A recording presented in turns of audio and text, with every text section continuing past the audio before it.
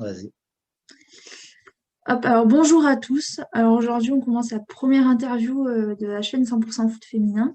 J'ai la chance d'avoir avec moi Abderrahim, qui est agent de joueur et joueuse. Donc je vais te laisser te présenter un petit peu et après on va commencer les questions. Ok, pas de problème. Alors bonjour à tous.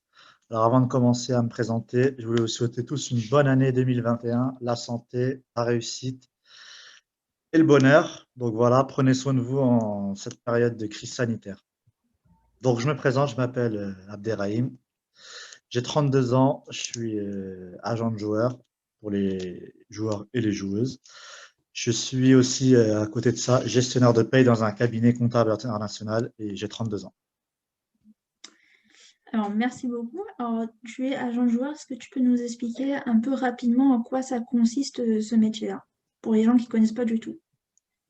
Ok, alors un agent de joueur, c'est quoi? Bah, c'est un joueur qui représente c'est un représentant des joueurs et des joueuses à travers les clubs et qui est chargé de trouver des contrats à ces joueurs et à ces joueuses ou de répondre à des besoins de club. Par exemple, un club qui peut dire, ouais, est-ce que vous pouvez me trouver un milieu de terrain?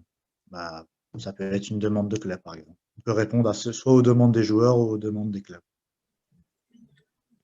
D'accord. Et qu'est-ce qui t'a attiré dans le métier d'agent de sportif? Dans ce métier-là, ce qui est bien, c'est que c'est à peu près, on va dire, 80% du métier, c'est du relationnel. Donc, comme j'avais déjà travaillé, via mes expériences professionnelles, travaillé avec des clients avec vraiment des gros clients dans la grande distribution et tout ça. Donc, j'avais compris que voilà, l'exigence cliente, elle était importante.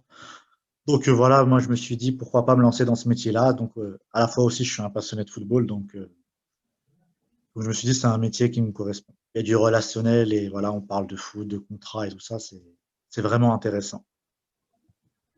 D'accord. Et justement, tu parlais de ton parcours professionnel. Est-ce que tu peux nous le raconter un peu et comment t'en es venu à devenir agent de joueur? Alors, moi, j'ai fait un bac ES, option mathématiques. Donc, moi, j'étais vraiment, quand j'étais plus jeune, bah, j'aimais beaucoup les maths. Donc, je me suis dit, pourquoi pas un bac ES, option maths. Donc, j'ai fait un bac ES, option maths. Et après, je suis allé à l'université à Créteil où j'ai obtenu un master monnaie, banque et marché financier. Et après, je me suis orienté vers tout ce qui était gestion des risques. Donc, j'ai travaillé pendant 5 ans et après, en 2017, j'ai fait une réorientation dans les ressources humaines et après, je suis devenu gestionnaire de paye. Donc, ça fait 3 ans que je fais ce métier-là. D'accord. Et comment on fait pour devenir agent sportif? Est-ce qu'il existe une formation? Oui, il y a des formations dans plusieurs écoles comme le AJF ou l'IPAF. En fait, voilà, c'est plusieurs matières de droit. Donc, il y a droit des contrats, droit du sport, droit du travail, droit des sociétés, droit fiscal. Il y a plusieurs matières de droit. Il y a aussi tout ce qui est règlement FFF, LFP et FIFA. Parce que voilà, il faut savoir que les règles, les joueurs obéissent à des règles sportives, au droit du sport, mais aussi, comme c'est aussi des salariés de club, ça répond aussi au droit du travail. Donc, la base du droit du sport, c'est le droit du travail. Les règles, elles sont à peu près les mêmes. Il y a quelques différences, mais sinon, 80% ou 90% des règles ont la même base, on va dire. D'accord. Et pour toi, tu penses il faut vraiment faire la formation ou on peut devenir du jour au lendemain, on peut se dire, bah, je suis agent de joueur. C'est mieux de faire la formation parce qu'il y a des questions qui nécessitent de la réflexion juridique. Donc, si par exemple, demain, on nous dit, ton joueur, il vient de voir, il te dit, je suis en litige avec mon club, qu'est-ce que je fais? C'est quoi la procédure? Si on ne sait pas lui répondre, c'est compliqué. Alors que, par exemple, pour un joueur qui est en procédure avec son club, qui est en litige, et ben avant de dire voilà, d'aller à l'étape finale, il y a d'abord une étape de conciliation avec le CNOSF. Et après, il y a les différentes étapes. Après, voilà, le CNOSF, s'il n'y a pas d'arrangement, on va plus haut et ainsi de suite, en fait. On respecte ce qu'on appelle en France, dans le droit, la hiérarchie des normes. C'est vraiment ça qu'on doit respecter. Et quel est le statut professionnel d'un agent sportif? Un agent sportif, il peut soit exercer en tant que personne physique ou via une société en tant que personne morale. Mais la plupart, je crois qu'ils exercent en tant que personne morale. Mais on peut exercer en tant que personne physique. Donc, il n'y a pas vraiment de statut ou soit, par exemple, si un agent il rejoint une structure d'agent, là, il va être peut-être salarié de l'agence. En fait. Mais sinon, s'il exerce tout seul, ils peuvent soit exercer à titre personnel en tant que personne physique ou personne morale. Ce que j'appelle personne morale, c'est une entreprise, une entité, quoi, une entité juridique. D'accord, donc par exemple, on peut dire que par exemple, chaque club de football a souvent des agents sportifs au nom du Ah, club. exactement. Il y en a qui sont spécialisés pour travailler qu'avec les clubs. Par exemple, le club, il va dire Monsieur X, voilà, on te mandate pour nous trouver un défenseur central, voilà, qui est athlétique, voilà, qui a 50 matchs en national minimum et qui a un tel gabarit, voilà, telle statistique et tout ça, qui est capable, qui gagne 80% de ses duels. Après, il y a des plateformes de scouting qui permettent de détecter, de faire un tri en fonction des joueurs. Et après, par exemple, tu as une liste. En fonction de tes critères, tu auras une liste. Et après, tu vas regarder les différents profils. Tu vas dire, ah, bah, c'est celui-là qu'il me faut. Et après, bah, tu contactes via son agent. Ou s'il n'a pas d'agent. Aujourd'hui, ça va très vite. On a toujours un ami qui connaît un tel, qui connaît un tel. Et après, la connexion se fait assez facilement. Donc toi, c'est possible qu'un jour, tu aies un club qui t'appelle en disant bah, je recherche un grand gabarit pour tel poste, une joueuse plutôt... Oui, mais c'est déjà le cas actuellement. C'est déjà le cas. On m'a déjà contacté pour me dire, voilà, je recherche, un exemple, une gardienne, un milieu de terrain, tel profil, avec tant de matchs en D2. Et après, bah, si j'ai le profil en question, je le propose. Si je l'ai pas, bah, je regarde. Je regarde les statistiques des joueuses et tout ça. Donc, et pour répondre au mieux à leurs demandes. Et comment se fait la démarche? Est-ce que c'est plutôt toi qui vas ben, vers les clubs ou vers les joueurs et les joueuses ou c'est souvent l'inverse? Alors, moi, à mon niveau, moi, comme je débute encore dans ce métier, c'est plus moi qui vais vers les joueurs et les joueuses. Parce que moi, je suis pas Mino Raiola ou Georges Mendes. Si ça serait le cas, j'aurais même pas besoin j'aurais même pas besoin d'appeler les joueuses ou d'appeler les joueurs. Donc, pour l'instant, c'est pas le cas, mais c'est plus moi qui vais vers les joueurs ou les joueuses. Mais après, des fois, il y en a qui me contactent via les réseaux, via leurs amis. Donc, je ne veux pas dire que ça arrive tous les jours, mais ça arrive occasionnellement. Ben, justement, tu peux nous raconter un peu c'est quoi une journée typique d'un agent sportif? Alors, une journée type, comment on pourrait la définir? Bah, bah, ça serait bah, des contacts avec des clubs, soit avec des coachs, soit avec des directeurs sportifs. Ça serait plus vraiment des appels et du mailing en général. Par exemple, je sais pas, là, quand on va être en mois de février, on va commencer à peut-être préparer le mercato d'été, surtout que là, ça ne reprend pas. Donc, on parle de playoffs, donc les clubs, ils ont besoin de se projeter. Et je pense que les clubs aussi, pour pas arriver au mercato limite, ils vont commencer à parler en interne avec leurs joueuses de qui reste, qui ne reste pas. Donc, c'est bien aussi d'anticiper aussi, quoi. Donc, c'est plus du mailing et du phoning en général.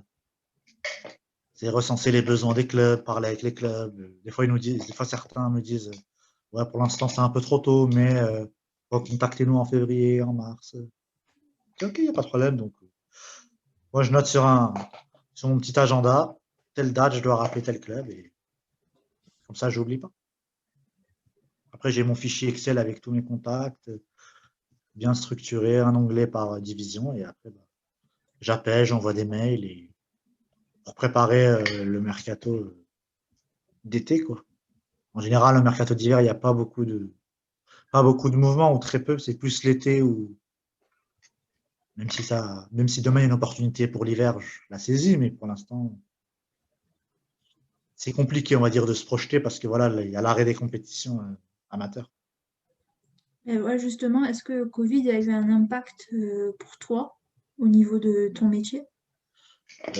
Oui, parce que depuis moi, en janvier, février 2020, j'avais mis dans ma tête, j'avais programmé une stratégie, bah, voilà, de contacter les clubs. Et au final, bah, comme il y a eu mars et il y a eu l'arrêt des compétitions, on ne savait pas si on allait reprendre ou pas. ça fait que ça a un peu chamboulé mes plans. Et là, ça continue parce que depuis octobre, on a un arrêt des compétitions, on est dans le flou.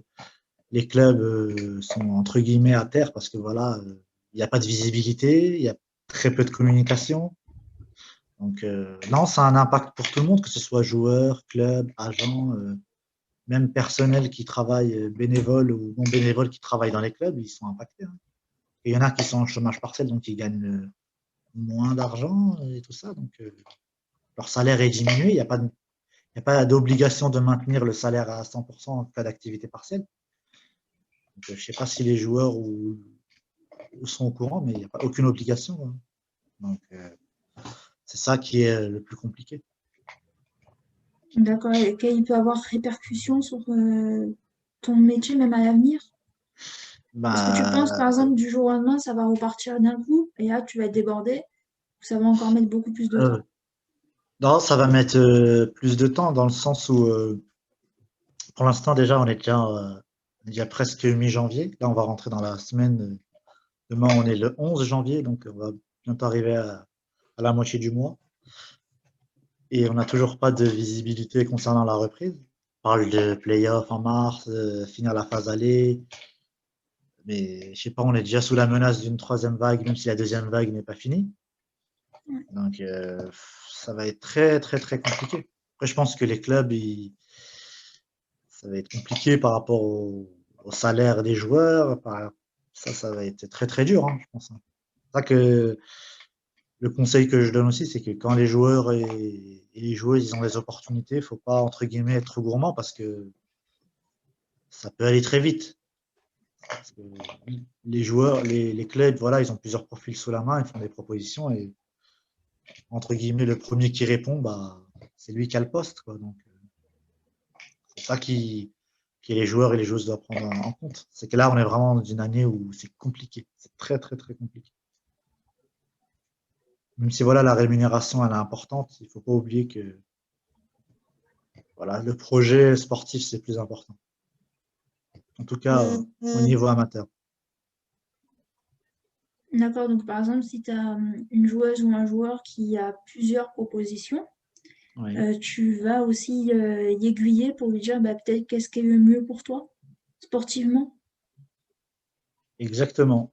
Moi, je privilégierais. Après, ça dépend de la joueuse ce qu'elle recherche. Ça dépend de son âge, ça dépend de plein de choses. Après, il y en a qui sont en début de carrière, je leur propose. C'est ceux qui sont jeunes, qui ont 23 ans, ils ne jouent pas au football pour l'argent. Ils jouent vraiment pour le projet et voilà, pour se donner de la visibilité, pour assurer, quoi. Le principal, c'est qu'elle puisse vivre correctement. Aucune joueuse ne va gagner 5 000 euros par mois. C'est démesuré. Soi-même, je pense pas que. Il y a très peu de joueurs, je pense, qui gagnent plus de 5 000 euros par mois en D1. C'est Ça se vrai. saurait. Ouais, Tu confirmes? Je confirme. c'est ça. Donc, ouais, c'est le projet sportif que moi, je mets plus en avant. La visibilité, le projet sportif, c'est ça le plus important. Et actuellement, tu t'occupes à peu près de combien de joueuses? Combien de joueuses? Alors, ouais, 4-5. Ah, c'est ça, ouais. 5. Réparties en D2, D1 ou seulement en D2? Ouais, D2 pour l'instant. D2, d'accord. Et deux joueurs, comme ça on voit aussi un peu. 3 D'accord. en national et national 2. Et pour toi, un agent de joueur, ça peut s'occuper jusqu'à combien on va dire, d'athlètes? Il n'y a pas de nombre délimité. Après, si tu travailles tout seul, t'imagines faire le suivi même déjà faire le suivi de 10 personnes, c'est déjà beaucoup. Ouais, c'est Tout beaucoup. seul. Et donc, t'imagines si demain, tu en as 30 et tu es tout seul, tu vas faire un suivi qui est très bâclé. Très, très bâclé. C'est impossible. Après, il y aurait une équipe, où on est 5, on pourrait faire, je sais pas moi, 30, 40 joueurs ou 40 joueuses, on pourrait. Mais tout seul, je n'ai pas la prétention que je pourrais m'occuper de 20, 25, 30 joueurs ou joueuses. C'est impossible. Celui qui te dit qu'il est capable de le faire, c'est que le travail va être très, très, très bâclé. Très, très, très. Il faut mieux privilégier la qualité que la quantité, comme on dit. Exactement, tu as tout dit. C'est ce qu'on essaye de faire, de prendre les bonnes joueuses avec du fort potentiel, la jeunesse, de les expérimenter, de faire un mix des deux, et de voir et d'avancer, d'être le plus honnête possible, le plus correct. Donc là, on va passer à un petit autre sujet. C'est pour toi le métier d'agent de joueuse ou joueur en général, est-il en train de se développer? Donc, Il est agent en train. joueur, pour l'instant, on va peut-être partir sur agent de joueur parce que je sais que c'est un petit peu différent. Parce que aussi, le sport féminin, le foot féminin est en train de se développer. Donc, Ouais, c'est le foot féminin, c'est. Il n'y a pas beaucoup d'agents qui veulent faire les filles parce que financièrement, ça rapporte pas, ou très peu. À part si tu as des joueuses en Ligue 1, en Ligue 1 française ou en Ligue 1 européenne. ouais. Après, ça dépend des pays, parce que je ne connais pas les salaires minimums dans les autres pays, donc je n'ai pas la prétention je vais pas me lancer à dire ils gagnent tant de salaire alors que je ne sais pas du tout. Donc, je vais éviter de dire des conneries. Et après, voilà, en général, les agents, ils veulent plus faire les garçons. En fait. Ils veulent pas faire, en général, la plupart. Les filles, il n'y en a pas beaucoup. Même si, voilà, de plus en plus de joueuses ont des agents de plus en plus tôt, même limite à partir de U19, ils ont déjà des agents. Donc, voilà, il faut un encadrement. Je pense que pour les filles, les garçons, ils s'en sortent mieux parce que voilà, le contact est plus simple. Mais les filles, j'ai l'impression qu'arrivé à un certain moment, s'ils n'ont pas l'appui d'un agent, bah ça, c'est pas, Ça c'est comme casse. si ils atteignaient un plafond de verre en fait. Ils sont Ouais. bloqués. Tant qu'ils n'ont pas ce petit coup de pouce, bah ça, c'est compliqué pour elles. C'est très très compliqué. Tu disais qu'il y avait beaucoup d'agents de joueurs dans le foot masculin, ce qui est normal aussi. Est-ce que justement, il y a concurrence entre, si on peut parler de concurrence, ça y est positif ou négatif entre les agents sportifs?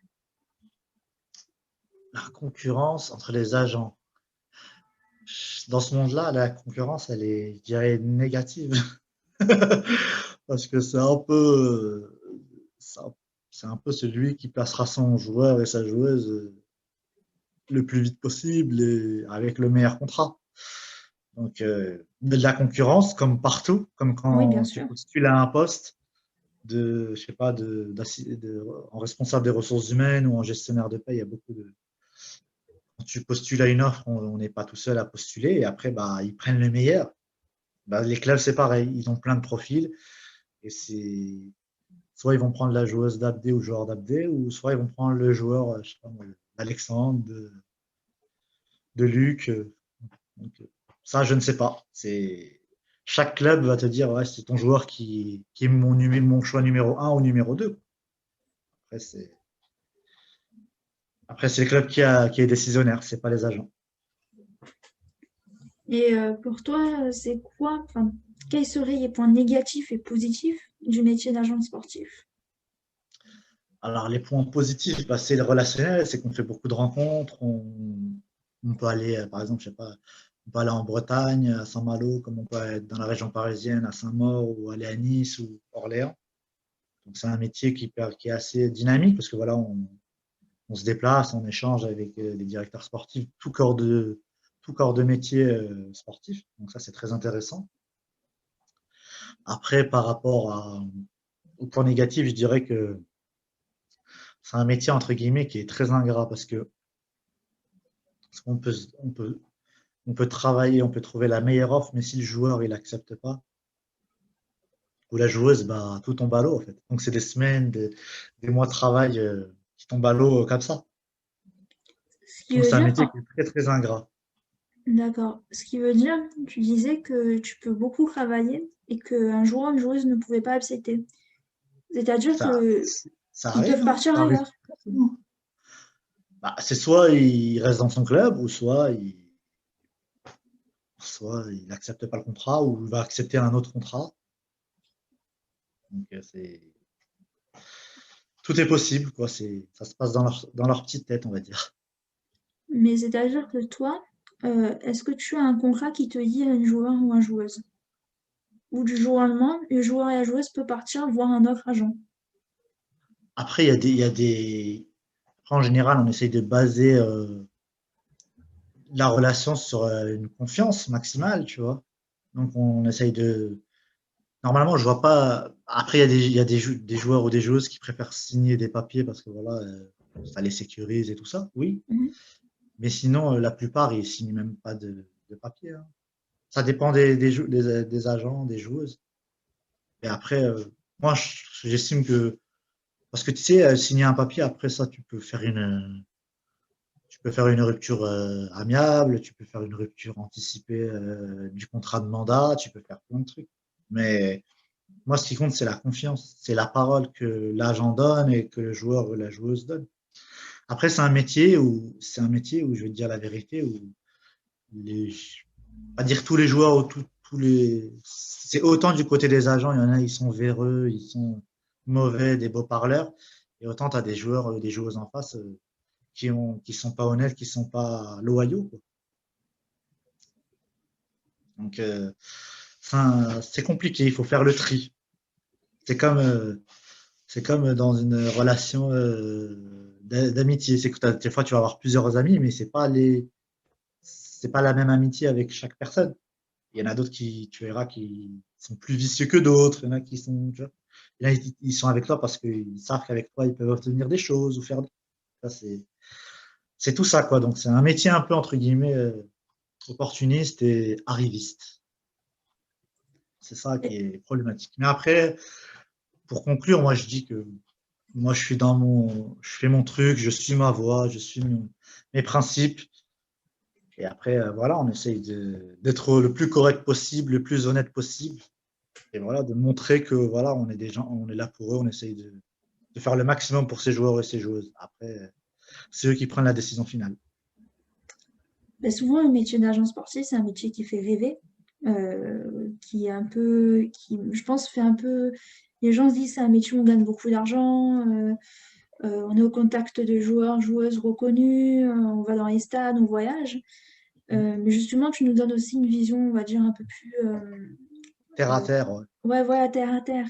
Et est-ce que toi, depuis que tu as commencé à faire ce métier-là, tu as vu des gens arriver dans ce milieu-là sans avoir suivi de formation, en se disant, un peu en se proclamant agent de joueur parce qu'ils connaissaient quelqu'un, et en fait très vite arrêter parce qu'ils se rendent compte bah, la difficulté du métier.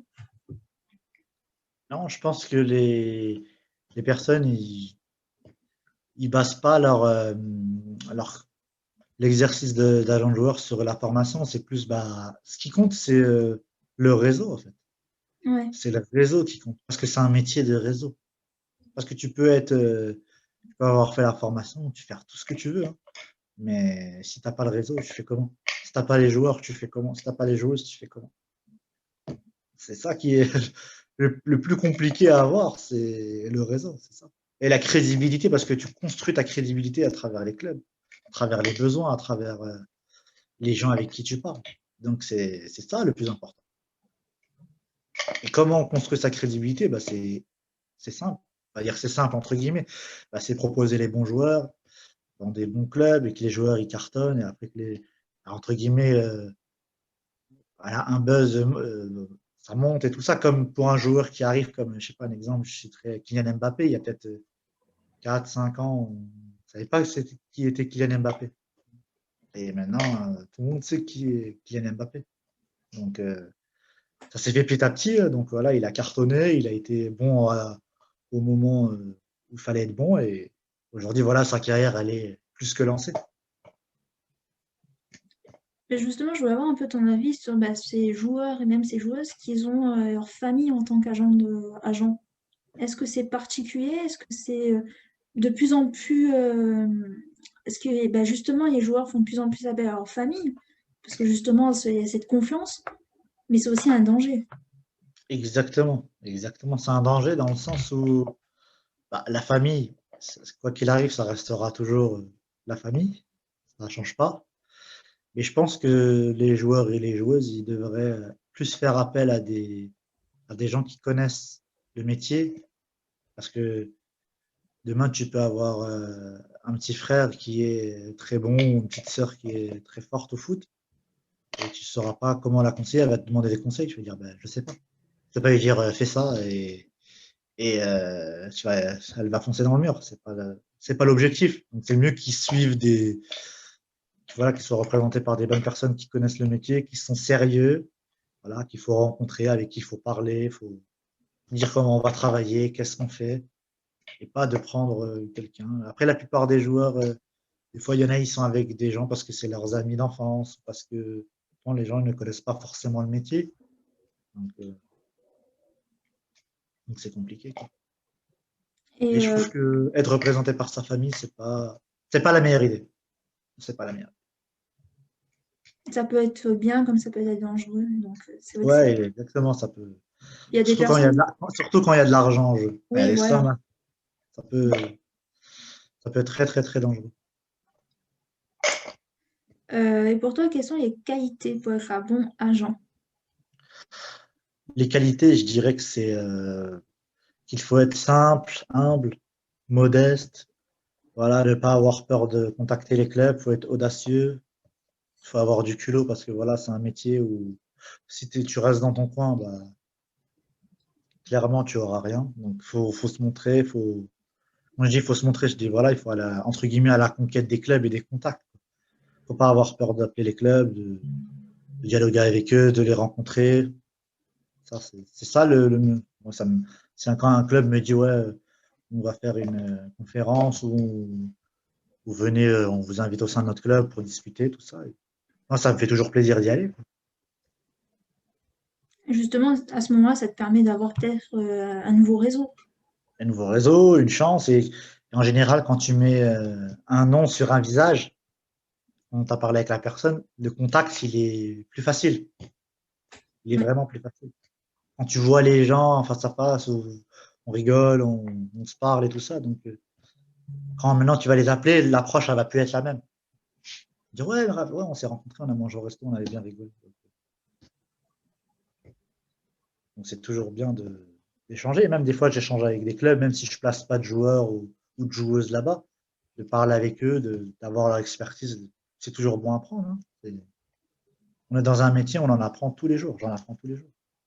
Donc, tant qu'on n'a pas l'orgueil de ne pas vouloir apprendre, bah, pour l'instant, je pense que c'est la meilleure chose à faire.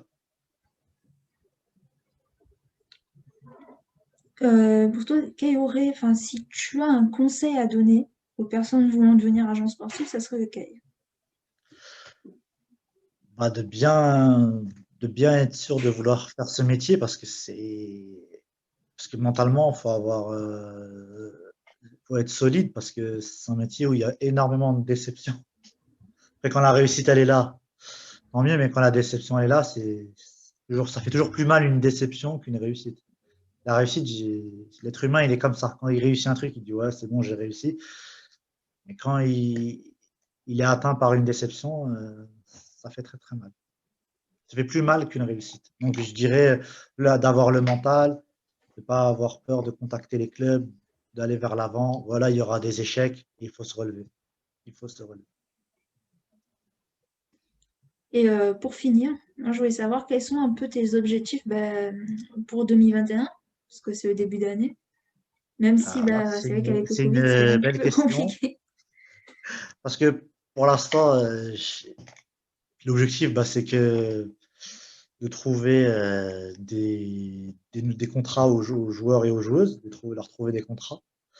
Après, je ne sais pas s'ils vont rester dans leur club ou s'ils veulent quitter leur club. Pour l'instant, la question n'a pas été abordée parce que voilà, il n'y a pas eu de reprise des compétitions.